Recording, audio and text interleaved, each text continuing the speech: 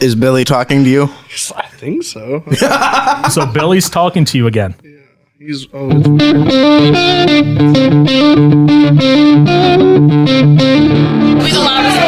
first.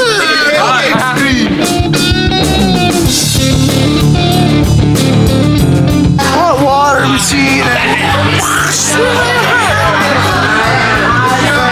Oh, there's little redness of it. Oh! But yeah, it really hard.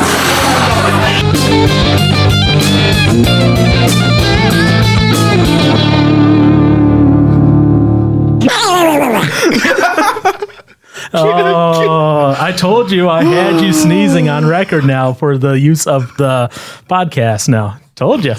And I had to go way back into the archives to get those videos. You had a nice little faux hawk going on. Your hair is kind of spiked up. And I don't know what I was doing. I still don't know what I'm doing with my life at this point, but I really didn't know that. well, one of them, you were leaning over a carpet ball table and you just started like crying and then you started screaming. What? It was weird. Wow. Yeah, I know. And then the second one, you were sitting down and holding like a cup of hot coffee, and for what reason you're describing how you got some hot water on you and just was and always will be a problem child. No comment. All right. Well, welcome back to another week of Use Your Words podcast. I'm Paul. I got Aaron to my left and Josh to my right. Josh, notice I said right this time, so you don't get confused again like last week. You're right or my right? Oh, okay. Again, do you want to go through this again? No. No. What's again? No. Oh boy. We're going to have some problems today, aren't we? Josh is in the mood. Josh is in the mood. And we do have one other person with us today. We have Mr. Pastor David Sincock, or as Josh says... This is our mutual friend, our biblical mutual friend from the staffing here at the church. Which I still don't know why you chose to go that route. I really don't know either. I think my brain just went on, like, I think it just blanked out. I know, so like, my normal, trying to fill in tangent. So find something to say. It blanks out and you describe a person that way. I want to hear you describe me one time when your brain blanks out. There might be a time. All right. So I guess we'll go ahead and get started here because we don't have a word of the week for Aaron this week. Praise the Lord. What? Oh, fine. Next time we'll do like a triple word. Nope. Yes. That's too much knowledge in a day for me. Too much knowledge in a day? All right. So we do have one other person, like I said, in the studio today, quote unquote studio, aka the basement of our church. And it's Pastor David Sincock here. So hello, Pastor Dave. Hello, gentlemen. Hey. And everyone out there in podcast world. Yes. Yeah. So do you want to go ahead and introduce yourself just a little bit before we get into the topic of the day? Yeah, I'm pretty much everything Josh said. Been pastor here at Fellowship for 25 years. I started when I was 7. So that makes me 32 if I do the math right. Wait a minute. You're younger than me. Only immaturity. And it kind of defined me as a guy committed to Scripture. That kind of, I'd say I'm committed to Jesus, Scripture, my wife, my family, and friends, kind of in that order, but not all at the same time. Fair enough. All right. Yeah. So the reason we asked Pastor Dave to be here today is we want to, I guess, almost a little bit extend last conversation, because the last one, I don't know if you listened to our previous ones about how do we interact with LGBTQIA plus, whatever else out there community. But it's a lot. Beyond that, and they that portion of the community might come up again. But how do we interact with people and show love to those people in the various communities? How do we show that, especially in a world right now where it seems to be so divided on everything? Like, if you have the wrong opinion or you even associate with someone who is of the quote unquote wrong opinion, there are people who are willing to excommunicate you out and just say, no, you're done, just because you said hello to them. Mm-hmm. Yeah, there's the divisiveness grows and grows, and it's almost militant as it grows against each other, and it's just not right, not good. Yeah, and I'm seeing that, unfortunately, my generation a lot. Right. And even the younger generation. I look over, what was it, beginning of this year, you had that whole division over just that one student kind of like staring down the Indian protester. And then when it actually, people actually looked at what was actually happening, they're like, oh, wait, we had the narrative wrong. Yeah, very true. And yeah. All right. And so you said you had a couple of things specific that you had come up with ideas to maybe kick off some of our thinking things, our minds, our brains. Wow. See, I'm doing a Josh now. All right. What is that thing you use? My influence is spreading. It's a thinking thing. It's not good. I'm not sure if it's It's a good thing.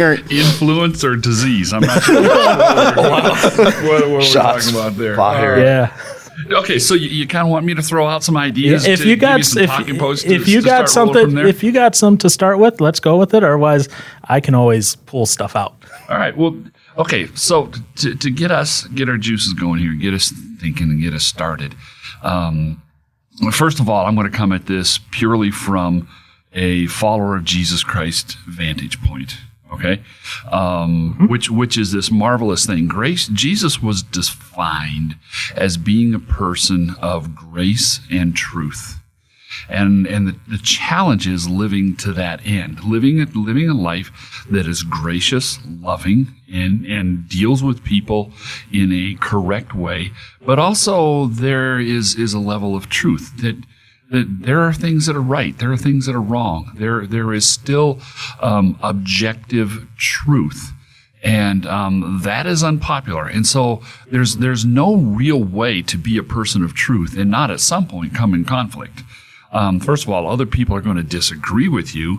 And then in our culture today, there are people who will not only disagree with you, but they will disagree with the fact that you have a right to even say that what I believe is true. Mm-hmm. And so that comes from all things. And so then for me, then as a follower of Jesus Christ, how do I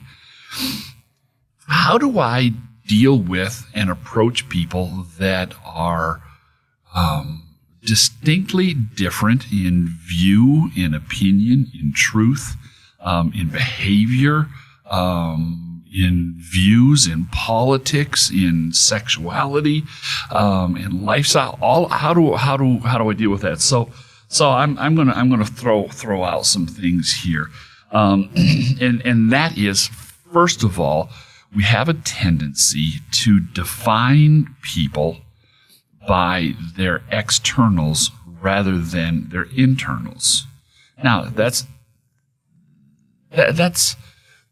understandable, because we should define people by their externals, but not initially. Initially, we judge people on a different standard and a different scale.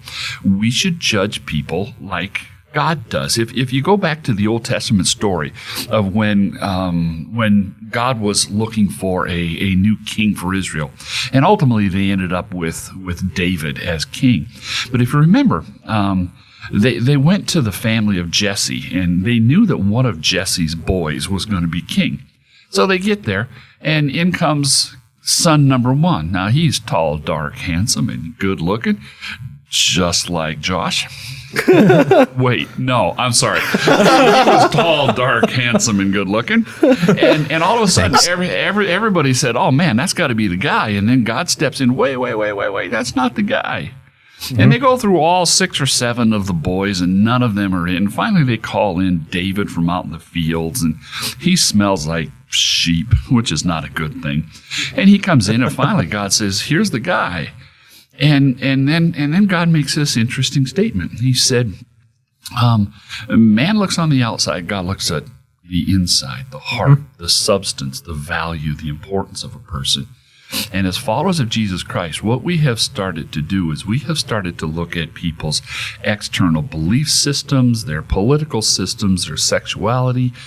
We've looked at all of those things that are external of a person, and we've forgotten to look at what God looks at, which is their very core. And so when we start looking at people's core and deciding how to interact with them, I've got three different things. Is first of all, from what Scripture says, and I've got three quick things here, and we can come back to them if you want.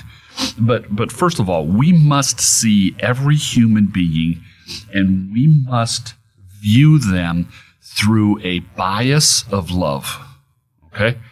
By that I mean that our first instinct is to love them, want what's best for them, to care for them, not to hate them, not to judge them, but we will judge them later. I judge myself. I love me more than anybody else. Okay, just so you know. And then I judge me because there is that thing, but that comes secondary, and that's where the challenge is. You guys earlier were talking about, trying to make a decision of like, do you go to a wedding or something? And you guys were putting beside, all right, do we show love, or do we try to define what our position is on this thing? And you're right on both of them, but it's not one or the other. It's what order you do it in. Mm-hmm. Okay? So our first instinct is always to love them. That's our bias for everybody. Right. The same way Christ loves all of us. Romans tells us, even while we were enemies, even while we were separated, even while we were not wanting him, he loved us.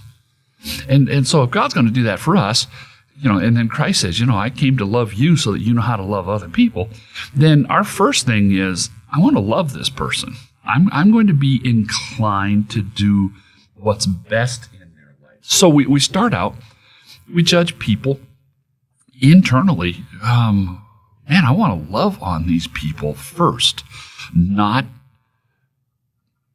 condemn. Well, we'll get to that probably. And then secondly, we value people not because of their externals, what they produce, or whether I agree with them or any of those, but we value people because they're eternal souls. Mm-hmm. I'm sorry, I want to love everybody, and I'm going to say, man, every person has such value because they're an eternal soul created in the image of God, that Christ died. If Christ loved them enough and thought they were valuable enough to die for, then they need to be important to me. Everybody needs to be important to me. Even the ones that irritate me, even the ones that are against me, even the ones that I disagree with. Yeah, everybody's looking at Aaron. Whoa! I don't know. Got hot in here for a minute. I'm going to say, if Aaron, if you'd have shared more of your lunch, we'd be happier with you. No, don't get it out now. You'll wrinkle the papers, and Paul will have to slap you. Okay? Wouldn't be the first time. In the love of Jesus, he'll have to slap you. Right? So here's how I'm saying we look at people. First of all, we look at them with a bias of love. Secondly, we look at them with value as eternal souls that Christ died for. And then thirdly, what we do is, this is the point where we judge, because we determine, here's what God's word says is best for this person. Here's where I don't live up. Here's where they don't live up. Now, how do I help them get there? So as we look at people that disagree with us, more importantly, where they don't understand that this is God's best for their life, then our job is, how do we serve them? How do we minister? How do we help?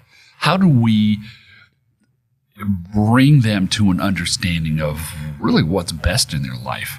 And that's where the point is, like, how do we get our position on sexuality across? Well, first of all, it's not our position, it's God's position.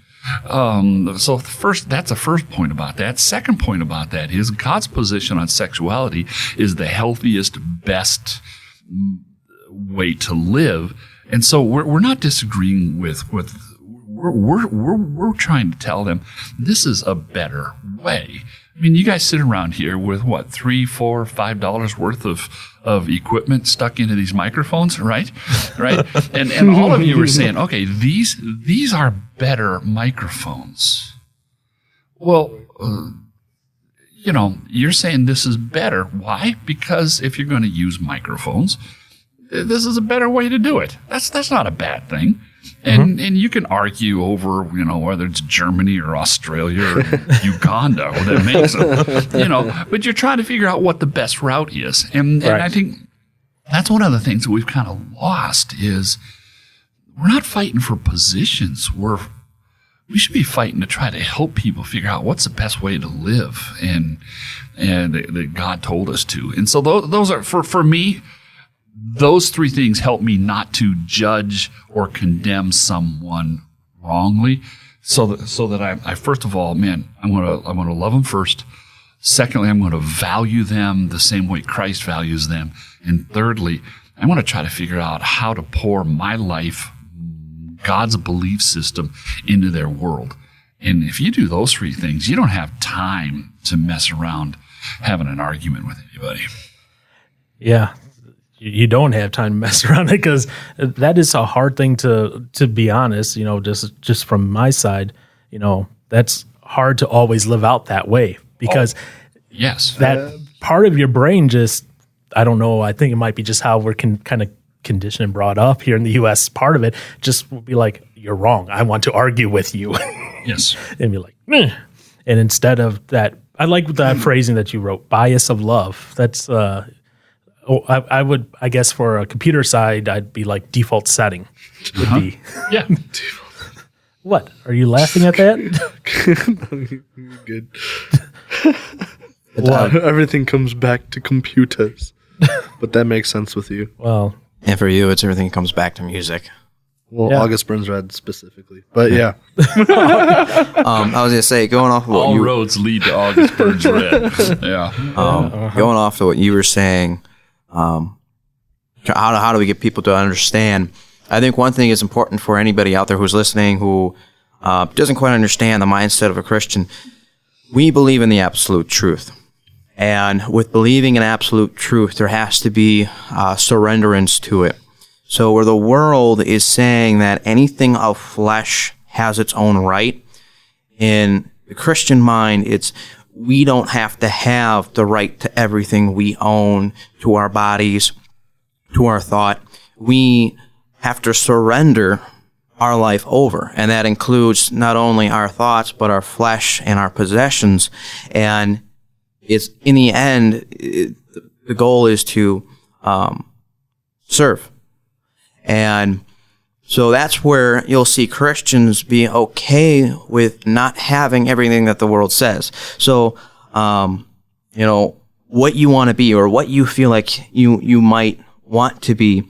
And I guess I'll just jump into the kind of nitty-gritty of it. For example, people who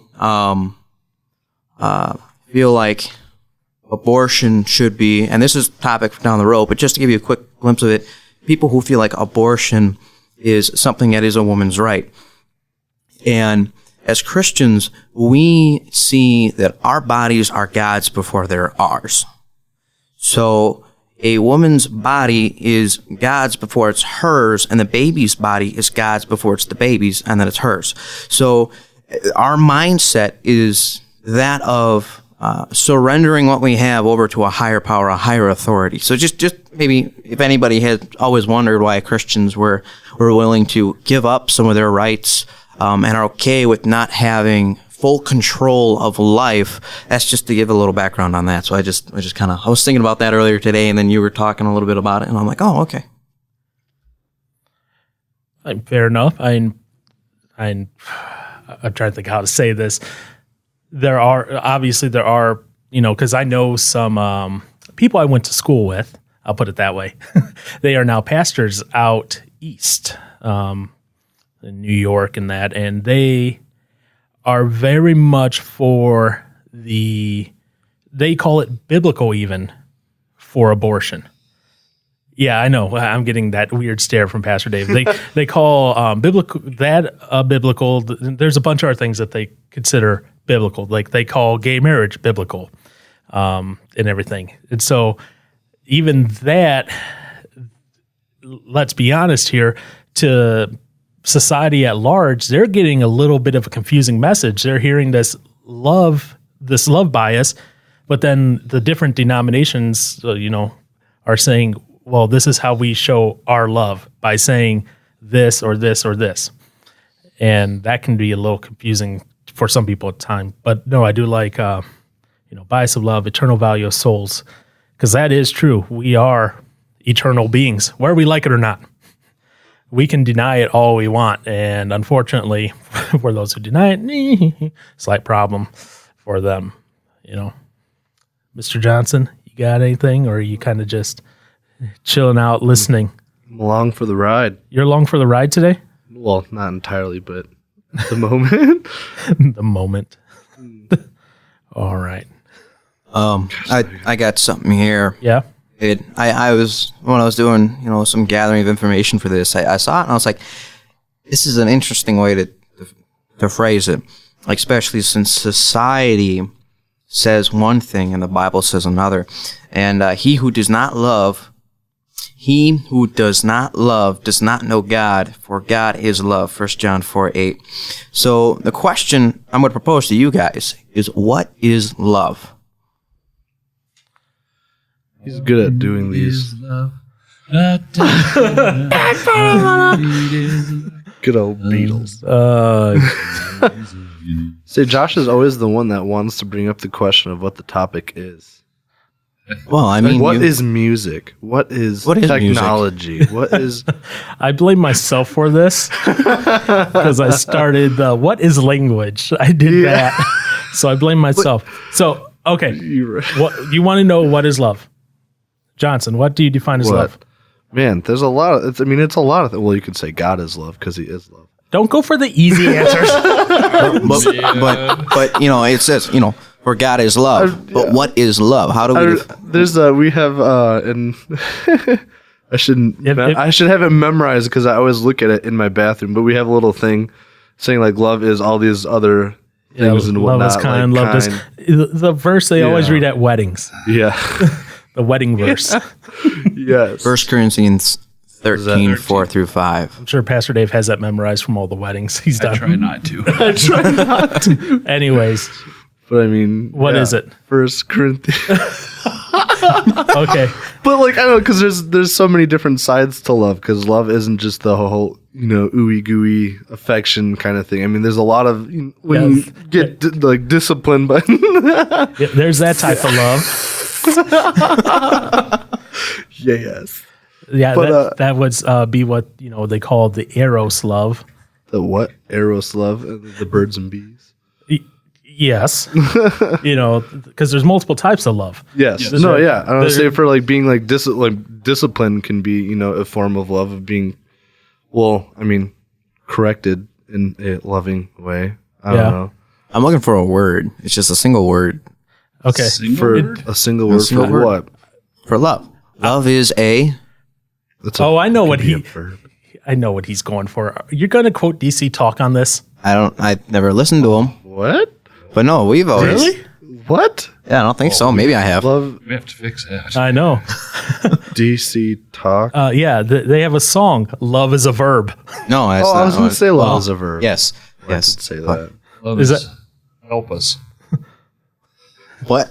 I don't know where you're going. I would say love is an action. An action. Okay. Well, Yeah. So that's where he was going with verb. I was thinking the word action. Oh, okay. Okay, because I was going to say, I was like, because there's multiple types, well, let me finish. Johnson, are you? Yeah, you go. Keep going. Okay, because I said, the three types that I think of, and I remember learning this a lot from you, from the stuff. Oh, do you want to say something? No. Okay. That's going to count them off. The Eros, the erotic love, I forget the names are, but like it's the friendly love, Phileo. and then like the familial love. Those are the three, so, as one of our youth group kids used to say back at snow camp one year, when a mommy cow, the cows have some alone time. Storge, Philos, Eros. Eros, and agape. Oh, agape. Agape love. Yeah, that's right. That was the fourth one. Oh, it's been a long time since I've heard that Agape is word. actually a word that is primarily coined in the New Testament.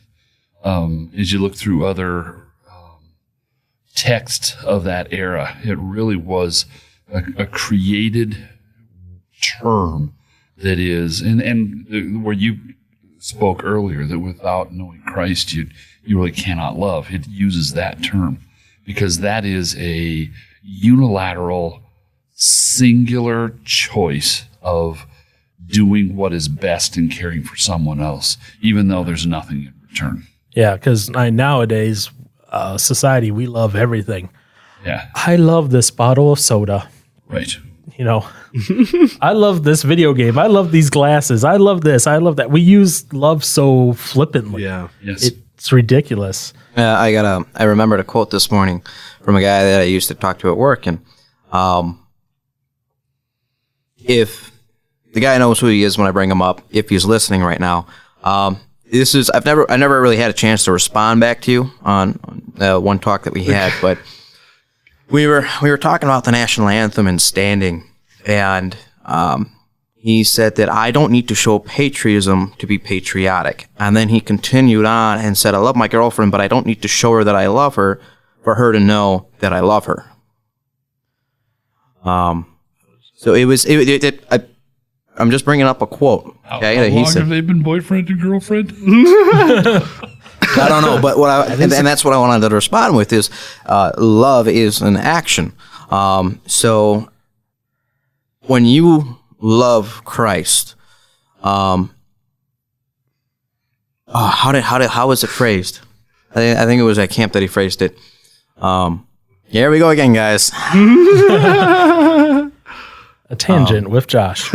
I do have a button for that now. Being, oh my gosh. He was talking, maybe you'll remember. He was talking about how, good deeds. It was about good deeds and how you don't do good deeds good deeds aren't an action of loving, of being a follower of Christ. They're a reaction of being a follower of Christ. Yes. That's what I was trying to get at. Yeah. Okay. So, I'm glad I added a marker just now so I can add it because that whole segment just went. That's just. Welcome to the inside of my brain. Inside of your brain. So, okay, I have a question here for you, Mr. Brewer, then. Oh, boy. Since you brought up love as an action, then, reconciling that with bias of love, how does that work then? If your bias is to love someone, as Pastor Dave brought that up, and you're saying it's an action, how does that necessarily look just meeting a person for the first time even, let's say? Now you know what I have to deal with. That's a good question. It is. Very So, good question. we pretty much naturally love and repeat it again. So, okay. Do you want to repeat the whole thing or just like the core component of it? Just the core component. Okay. So, with the concept of love is an action or love is a verb, and we're supposed to have bias of love, how then do you reconcile those two, especially like in the instance of you meeting a person for the first time? You know, you meet them on the street and you strike up a conversation, let's say. How does that look like then? If your default bias is towards love, but yet love is an action. Aaron, your brain looks like it's hurting a little. He's like, call on me over the. Well, let's hear what Pastor David has to say. Now you see what I have to deal with every week. That's a fantastic question, and it's a real thing, because love being an action, having a bias towards someone, means that, first of all, I'm going to engage you. My first action is that I'm going to proactively choose inside of myself to treat you as a valued person, treat you as someone who has a soul, treat you as someone that I want to have an influence in your life for good. And so some of the action is not a physical movement, but it's a choice of how I am going to perceive you. And that is an action. And then to treat someone, even if they are an enemy who is vehemently opposed to us, to treat them with kindness, treat them with respect, treat them with love. All of that action. And that's where the agape sort of love is me choosing to do what's right, even though it may not be reciprocated, even though it's not natural for me. And so it is very, very much this action that I choose to do that needs no external support to do it. Yeah. Unconditional. Yeah. Yeah. There's no condition out there. And that's and yet that then allows us to later have conversations of disagreement. I would say one of my better friends in this world right now, we profoundly disagree on stuff. And I'm constantly challenging what he believes. But it's okay because we have established this friendship, this relationship that we can go back and forth. And that's where we've, I think, missed a lot is we want to argue before we build a relationship. Yep. And if we're going to, if I know somebody loves me, they can disagree with me. Yeah. We can talk and it's not, and I don't take it as divisive, how that's done. Yeah. And unfortunately, like I was kind of getting at earlier, we tend to do all those disagreements first, and then we decide to try to maybe get to know the person if we can stand them even. See, pass. And we do it the opposite way of what it should be, unfortunately. And it's almost kind of how, I don't want to blame it, but that's kind of almost our online culture doing that to us too. Because our online culture, it's so easy to just blast stuff out and argue with people instead of getting to know them first. We choose to engage and then back off and decide, do I want to actually get to know them? Well, there are no online relationships. No. None.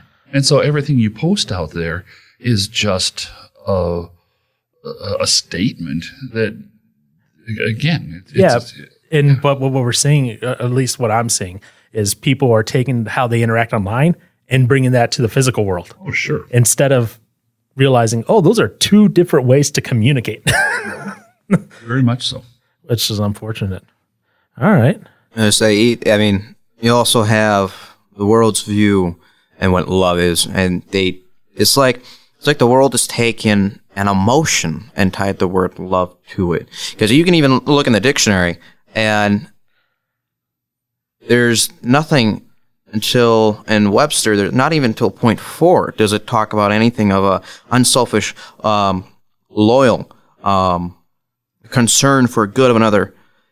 Everything above that is all based on a emotional tie of some sort, strong affection for another, attraction based on sexual desire, affection based on admiration, and assurance of affection, warm attachment, the object of attachment. It's not even until the fourth point. And then it kind of pulls it up a little bit more down. But the first thing you would go to is, I love chocolate. Okay, you love chocolate. You really like chocolate. Or, I love this guitar, or I love this band. We just use it as a way of describing a certain emotion rather than we do an action. And so. Although to give Webster credit, the 9th definition they give is, it says capitalize God. Mm-hmm. So to give them credit. But yeah, like coming back to, kind of this whole concept of love is emotion versus action, that sort of thing. And then you throw on, Pastor's second point here, eternal value of souls. Souls have that eternal value. That kind of brings it into a whole other light then, because you're not just refuse, if you don't interact with someone, if you choose not to love someone, you're not just choosing to not interact or love a thing. You're choosing to not interact or love something that is eternally valuable, something that the greatest sacrifice was made for, because coming from the Christian worldview, where we say, Christ, and we're coming to Easter here, a couple weeks here, 2 Sundays from now. And we're saying, hey, this is the ultimate sacrifice that was made, and, the Christian church makes it a very big point of Easter because that's when, Good Friday, Christ died and then rose again on Easter. And yet if we choose to say, and I've heard this, from Mommy Dearest, so many times, it comes down to, for her, she goes, well, they're not a good enough blank, so therefore I'm not going to love them or talk to them or listen to them or blah, and it's very cut and dry with her. And instead of being, And she's even at the point now where like even people, and that's fine, but like Ben Shapiro, she listened to him one time. She's like, oh, he sounds like a Messianic Jew. I'm like, no, he's not. She goes, well, I can't listen to him now because he's not a Messianic Jew. I'm like, okay, I don't know how this influences what you're listening to him for, but okay. The misnomer is that you have to have a relationship to love somebody. You don't. A relationship may grow out of love. It may not. Yeah. And so I can love anyone. In fact, I'm commanded to love everyone. Some of those I may build a reciprocal relationship with. Fantastic.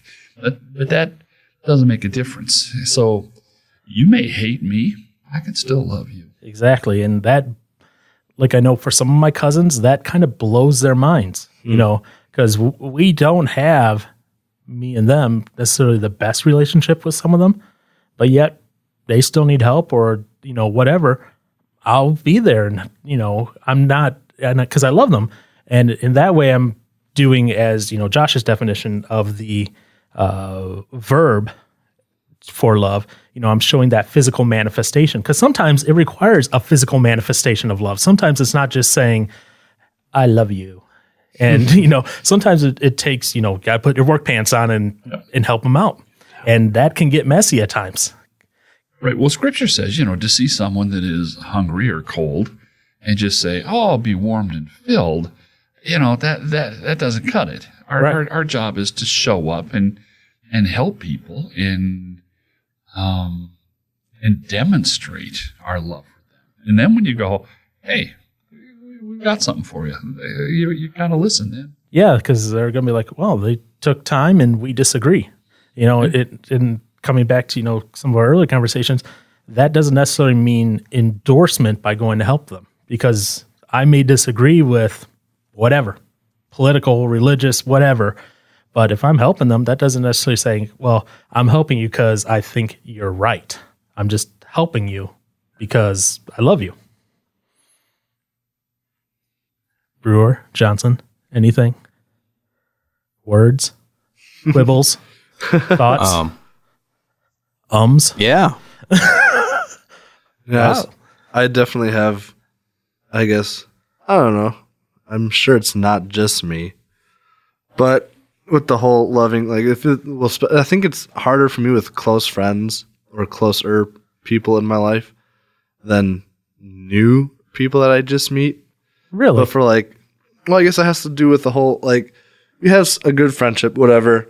Somebody starts, I don't know, I guess what I said last time, I don't know what the last time was when I said this, but when when someone, I notice they start lying to me and doing stuff behind my back where I find out things. Yeah, you did. You said that in was that the last one? LGBT was that? one. Okay. Yep. It's for me, that's the hardest time for me to ever show anybody love or at least want to, I guess. So, I mean, can you still, but then the thing is, do you still show love when your heart's not in it? If you do the right thing, but your heart's not there with it, are you still showing love? So what you're saying is, you're showing love externally, but hatred But internally? you're just ticked off more than anything on the inside. You know, Because I guess I think of for my Aaron, parents. That never happens to any of the rest of us. I don't know what's going on. Yeah, with you. Okay. You've got a couple great points there. Well, first of all, though, like I said, not every relationship is going to work. Some people are toxic, and they're going to be destructive. They're going to be harmful, and so you have to manage those relationships. Yeah. I mean, you really do. But the other part is, do I still love them? Yeah. Oh, absolutely. Yeah. I've got to be a person that's got to figure out how to help these people, because being that type of a person is destructive before God, and so there's wisdom somewhere out there of how do I manage a relationship that communicates love, that doesn't allow their toxic stuff to get all over me. Right. And you know what? Sometimes you don't feel it, but you do love because you choose to, not because you feel to. Right. And that is not hypocritical, because there's a whole lot of things that I have done in my life because I choose to love people, not because I feel it. Mm. I mean, in any relationship, there are some days where you're just not into, I'm sorry, not feeling it today. Yeah. But you're still there. Yeah. Right. There are days where, Aaron, you tick me off. Oh, I'm well aware. Oh, I'm sure you do. But yet, like what Pastor Dave was saying, that doesn't change maybe what I do for you. That now maybe my first instinct is not to, and I have to watch you burn, and I have to take myself back and no. Do the right thing, not what my heart wants to do, because at that point my heart is saying, burn. I was saying, just watch you suffer. That's what he says. Yes, I'm going to save you from drowning, but not until after you stop bubbling. That's how that works out. No, because then I have to give a mouth to mouth. No. Shot in. Only if you're there. Then you could give them the mouth to mouth. Well, Aaron, Schadenfreude, man. It's all about that. If I even said that right. Yeah, I hope so. We'll pull it up at some point. Schadenfreude. Yes, we know. I love that word. That was now. one of his words of the week. I was trying to remember just what it meant. Finding pain, pleasure in other people's pain and misery. Yeah, that's a good word. And I like it. And I'll admit, I have Schadenfreude at times. I think all of us in humanity do. But no, that's a good point and a good question there on that whole thing, because we as humans, we're not always going to be in lovey-dovey mode. Oh, no. Just to spin off that, I mean, we are imperfect. So I think the bigger part is being able to come over that lovey-dovey, being able to put that natural, sinful self aside just to do the better good for someone else. And I think that I think takes more for someone to do than just simply just showing somebody love, showing them respect. Is taking that hatred, that anger, that frustration, and putting it down and saying, no, I'm going to show this person what they deserve. And one thing that I occasionally remind myself, and I've used this with the youth group boys a lot. I shouldn't say a lot, but I used it a few times over at camp. A few times, once. I thought about it. But as Ross was talking about, no war is fought over a worthless item. Mm-hmm. And when he was saying that, for all those of you who are listening, we're talking about the spiritual war. And the idea that all of us, the fact that all of us are worth a war being fought over shows that there is so much more love that has been given to us than we realize. And I was telling the guys, I was like, you got to remember this. And if you don't know this, well, now you're going to know this. In the Garden of Gethsemane, can't say the name, Gethsemane. There we go. Close enough. Go on. Jesus fell to his face and was praying and asking for God to let this cup pass by him and for his will to be done. And he was pretty much praying that there was another way. And the God of the universe told his perfect son, no, you will be put on the cross as a sacrifice for the sins of the earth. So the fact that he was willing to sacrifice something so perfect for us and our wretched lives and our carelessness and our hate and our jealousy, it's kind of hard, when I think about that, it's kind of hard to just, I'm angry at the person, but what right do I have to be? What right? I can't speak, Paul. Stop it. What right do I have to be angry at someone when the God of the universe was willing to take such drastic measures just to make it so that person that I'm frustrated with has a chance to see him in heaven one day? Mm-hmm. So that's something that I have to remind myself on every so often when I get angry at Mr. Johnson. I was about to point at him. So yeah, vice versa. What are you talking about? You can never be angry at me. Ha ha ha! Funny joke. But just anybody in general that I've gotten mad at, that's something that has to go through my head. I have to remind myself on, because it is true. I mean, what right do we have to want to hurt someone that? Yes, we're looking at Aaron. What right do we have to hurt someone that the God of the universe was willing to sacrifice his own son for? The reason I looked at you is I was going back to that song where you were listening to and you're like, this song makes me want to hurt someone. It does, yeah, man. That's why I looked at you, because I was like, yeah, what right? Man. Oof. That's Tough why. one. Yeah. So, there's a couple that make me, I guess. Now I'm adding on to the list. there's a couple songs you listen to. Two or three. Are they August Burns? No, they're not August Burns. See, there's songs. your problem. Let me ask, what bands, I'm not going to ask for the song names, what bands are these? What if I want to give the song name? What bands are they? It's one is Oh Sleeper, and then that's the one we listened to in my car. Uh-huh. Then the other one was A Day to Remember. Yes, that's the band name. Okay. Now I have to say the song names. No, you don't. Yes, I do. No, you don't. Okay. Well, okay, fine. Moving on. To listen to it. Just gets you what? Gets you pumping, man. Get you pumping to where you want to hurt someone. Awesome. That's exactly the type of music I do not want to listen to, because that doesn't help me love people. But it helps me. Here, let me love you while I punch you in the face. Yes. That doesn't work. Yes, it does. Sometimes you want it. Yeah, exactly. Sometimes in your head, you're like, No, I want this to work, but no. What is going on over here? What's that Bing, Josh? Just kidding. No, I'm joking. What? Yeah, what's the hand signal? See what trouble you get me in? You were trying to hand signal me earlier, like the 2 + 4 is. That was a cross. That was an X. 2 by 4. Smacking you. Oh my goodness. Oh, the name of holy Jesus. 2 by 4. That's what I was getting at, is the holy 2 by 4. Oh, And I added a marker. holy 2 so I by can 4 edit. is worth talking about. Just kidding.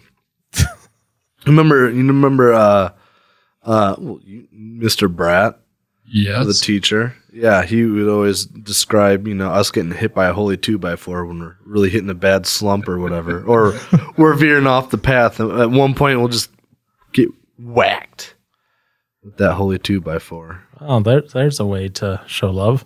Here, come over Did here. you ever see it? Hey, man. Did you ever see Love it? hurts, okay? Did you ever see it? Love hurts. No, I've never seen it. Okay, now you're starting to sound like a sappy love song. Actually, I think there is a song. I say, good thing you never saw the holy 2 by 4. There might be a few nails in that sucker. Oh, my goodness. Oof. Oh, wow. Okay, so that went derailing off. Just, Dude. In the weeds. yep, every week that You happens. got to keep them on the toes. All right. It's more than the toes, Johnson. Yeah. So Pastor Dave's third point, and I might have written this down wrong because I was trying to type while listening and watching all my levels. Knowing and your everything. typing skills. Hey. Oh, look, I was provided a piece of paper, Bottom right-hand corner. bottom right-hand corner. Okay. Right hand, Yeah. bottom. Okay. So we determine what God's word says is best for a person, and then obviously either give or deliver or serve them in that capacity. If I'm paraphrasing what you said, right, as a third point there. So, wait, what are you doing? Oh, you're just moving your mic. I'm like, what's going on? So yeah, I guess for me, how I kind of see this on a almost daily thing. Again, with some of my family, I have, cousins, and I don't know what they'd be cousins first and whatever, kids of my cousins who are in, gay relationships, and they do not like it when I chat with them about what, obviously they're not Christian.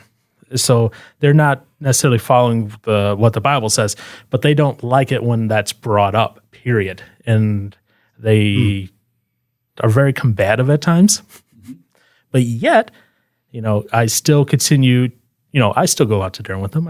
We still hang out. We still do whatever. But when, it's appropriate to have that conversation, because it's not always appropriate to have those conversations, wherever, but like if we're sitting around a table, just us and just chatting and just kind of saying what's going on, that conversation might come up, and they always come at it as, well, stop being so full of hate, and where it's the opposite of that, but yet it's perceived as hate by them. Because it doesn't agree with what they want. Yeah. And that is one of the things today, is if you disagree with someone, you can't just disagree. Right. And it has to be defined or interpreted as hate. And it's not. I just disagree. I think there's a better way to live. And I'm not homophobic. There's no phobic at all. It's just, yeah. Yeah. No, I know what you mean, and, at the, I'll buy my cousin food or drink or whatever, we'll hug at the end of the night. It's not like, hey, I don't like you. I'm like, I don't agree with you dating, what's his name? I forget what his name is off the top of my head. I wouldn't say it, but I can't remember it. I don't agree with that, but that doesn't mean that I'm not going to help you when you need help or talk to you because you need someone to talk to or whatnot. Yeah. And like Pastor Dave was saying, this whole concept of, well, you disagree with me, so therefore you are homophobic, transphobic, blah-phobic, adaphobic, go after anything nowadays, because you disagree. Spiderphobia.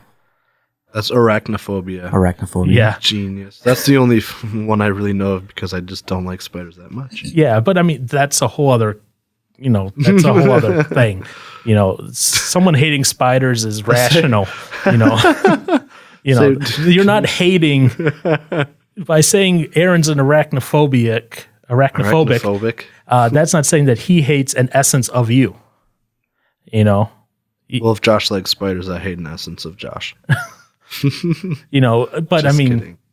that's nowadays it's, depending on where you're at politically, even, if you're a right winger, oh, you're a left winger. Oh, you liberal crazy person, but if you're left wing, oh, you're a right person. You're a Nazi, if you're, whatever, if you're not going with what their opinion is, all of a sudden it's, no, you cannot, do this.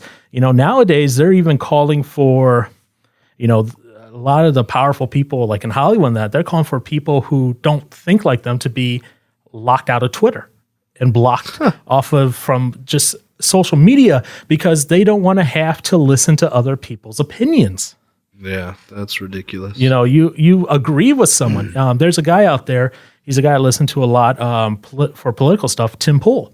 He's a guy, he's kind of left moderate, but he has talked with and interacted with people on the right.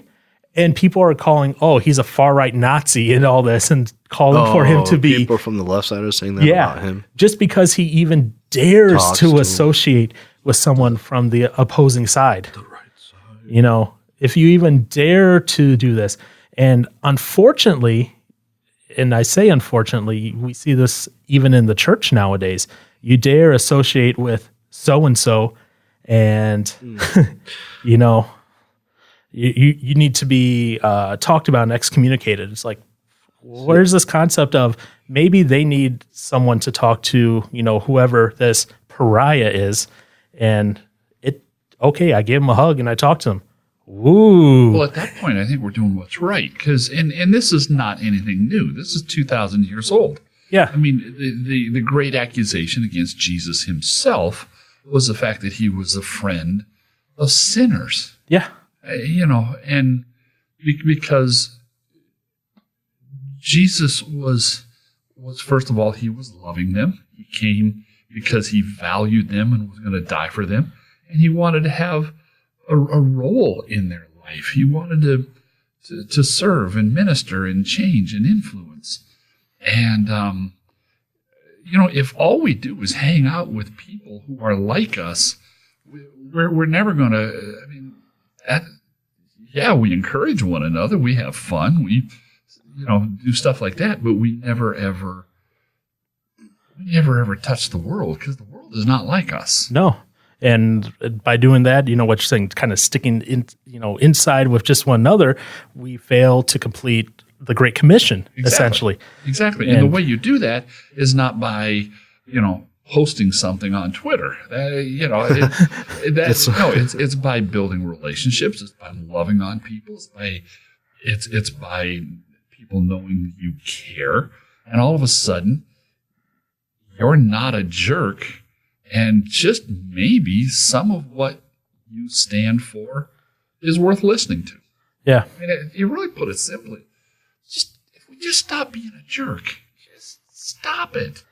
Yeah, and our message would go so much further. What are you doing? Oh, he's turning towards us. Oh, you want me? Okay, sorry. Real strong. Oh. Yeah, these are very directional. Very directional. That's all right. Radio audience. David was speaking to the side of the microphone. Yeah, and I'll be honest, unfortunately, you know, where you're saying stop being jerks, sometimes us in the church, we're most guilty of that, and we should be the least guilty, but we are the most guilty. We're like, oh, you wore that to church? You know, it might be someone who maybe came for the first time. They were nervous to even step foot in, you know, and that's unfortunate that it's like that. I'm so glad I've never heard of these cases of that happening. At least, especially within the church. But I mean, I'm pretty sure. Yeah, I've never heard it happening around here. I think we've got a pretty good DNA in this place of saying we're here to help people. Yeah, here but I'm talking about people I know from other states and that. Oh yeah, and I've got family like that. Whoops. Yeah. Do I need to edit that out? No. You know, so yeah, because I like again, Mommy Dearest. You know, she's very much like that. You know, anytime I go anywhere with her, she's like, "You're wearing jeans? You need to be dressed up." I'm like, I'm going comfortable here. Like, if I don't have to, like, this isn't a fancy black tie event. Guess what? Dressing as comfortably as I can be. I think some of the, because, you know, I've told you guys that there are people in my family who I would, you know, mention the whole homosexuality, and you'd be like, what? Yeah. I think it was more, from what I see with the older generations, it's a little bit more of a ritual, I would have to say. Not with everybody in the older generations, but some people I've seen, it's more of a ritual than anything. It's like, don't do this, don't do that. They're more focused on the don't do part than they are on the loving part. So, where you were going on and saying, so yeah, I can see that too. Media in general just allows us to continue having so much hate because there's nothing that is stopping you from typing something offensive. It might not even be offensive. It is just typing an opinion into your phone, having it upload 5 minutes later. Nothing is stopping you. But when I'm talking to Aaron in person, if he's feeling a certain way or I'm reading his body language, I might not say something in that moment in time because he might perceive it wrong. Or let's say Aaron made me feel a certain way and I'm just turning on the inside. I'm not going to say it because I know he might react bad. So it's just, social media allows for so much more hate to be spewed without any immediate consequences. And then it just allows us to continue having these walls and these, you're either all for my thought or you're all against it. Yeah. And over text, it's a lot harder to read intention.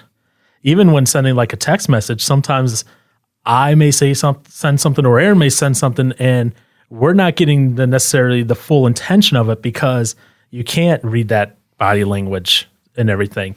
And immediately, again, your head goes to, why the heck is Aaron being a jerk again? That's happened. And it has happened. There's been some miscommunication before because maybe we weren't 100% there. But I mean, that's driving onto a whole other topic. I feel like the whole social media thing has just made people more at ease of saying whatever they want in person anyways now. Really? Yeah. I don't know. I feel like it's caused people to just be, wait, what? What? Yeah, no. Finish. I thought you said that again. I was like, yeah, you said that. He said it. Oh, okay. Yeah, no, finish. I know we sound the same. No. He was thinking about it. It's some friends though. I don't know. I feel like maybe it's just the type of person they are, but I feel like, since it's gotten so easy for them to say what they want online, over time it's become easier to say that kind of stuff with people that, well, especially people that are around, but just in public settings where it's not that hard to just spew out what you said on social media. I can definitely see that. But I think one thing I'm going to add to it is people that I've had conversations with that are complete polar opposite of what I believe. They're willing to say stuff, but when they say it, they're gripping the table. They're just getting angry and built up. And I'm lucky to keep a conversation going. So I'm going to agree with you on the fact that, it can actually cause somebody to say something, I'll say easier. Yeah, I feel like it, definitely depends on the people. Because, you have people that are out there that just don't care what other people would think anyways, regardless of what they say. See, this is interesting because this assumes a couple things. And this maybe is going into the millennial one a little bit, but it assumes, one, that people your age are actually willing to talk offline. There's that one. And two, that you're actually able to have face-to-face conversations. And I say this because I was listening to my buddy Ben Crocker's podcast, Threads, last Sunday. And he was talking about a story where, because he drives Uber, and this lady left her phone in his car. And he found it, and so she got an Uber to go pick it up. And she gets there, and instead of knocking on the door, like he watches her walk up to the door, she walks up to the door, gets there, instead of knocking, she calls him and says, "I'm here." Instead of trying to do that interaction.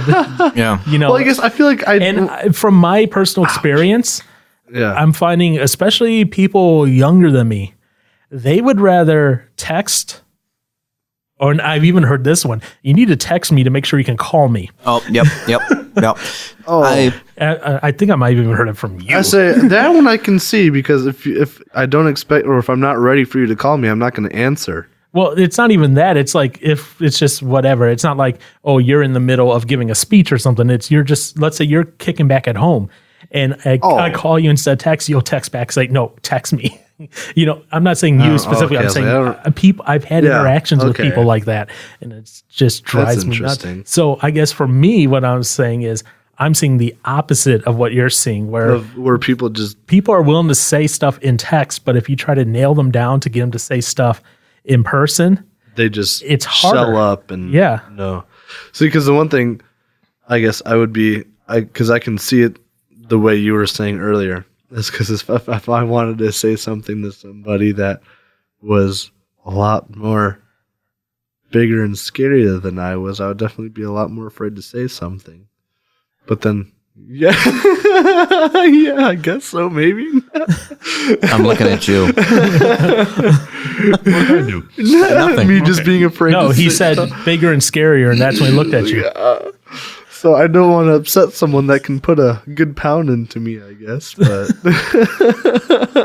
But yeah, He'd give a big old slap in the name of Jesus. yeah, exactly. and I know what I'm clipping out for next soundboard clip. In the name of Jesus. Okay. Brewer, Johnson, any other thought? I know I was looking at you, and again, you two are becoming one person in my head.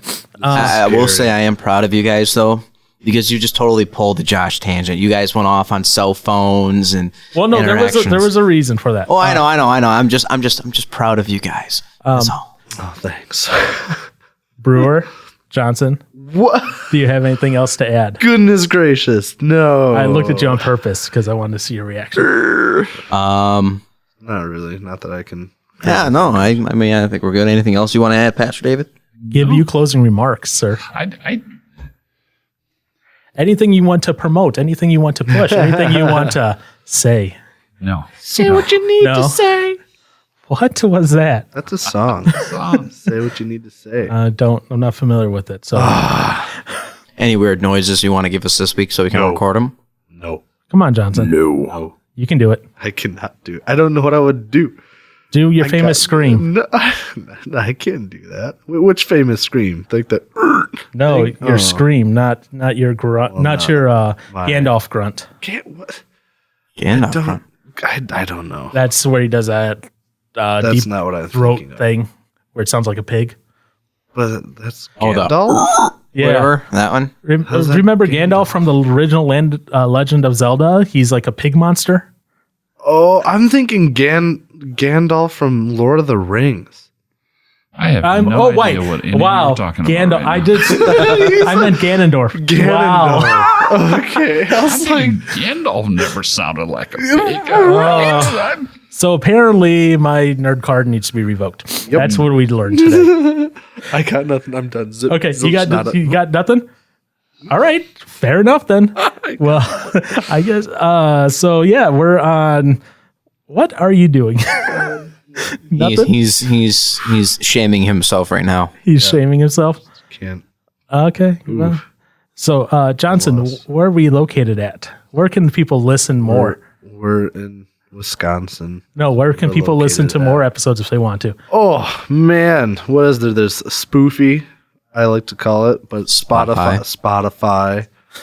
Well, we got that the Pocket Caster thing. Uh-huh. I mean, there's our website, which you can uywords.com. Good job. Blueberry, Google, Apple Podcast. Yep.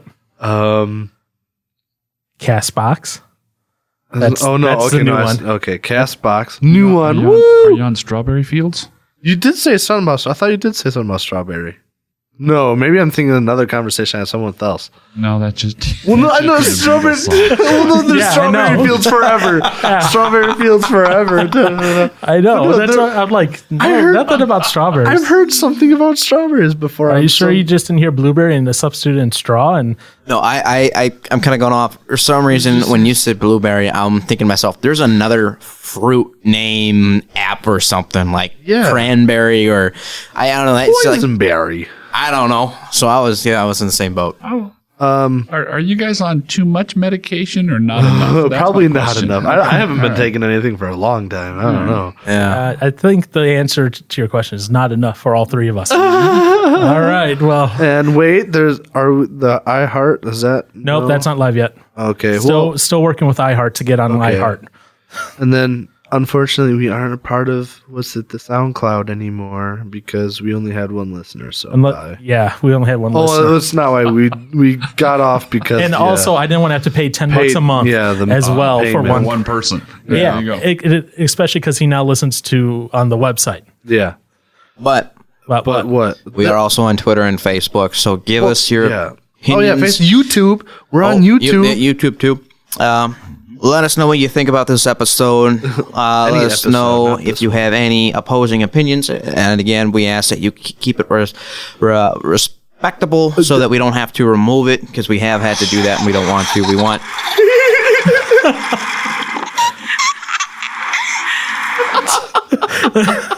That was not me. Okay, see, that was what you could have done during the time when we asked, was there anything you wanted to push, promote? You could have. All right, then, everybody, I have a video of my grandson coming down this slide that's made out of rollers, and I've watched it like 400 times, and this is just him giggling.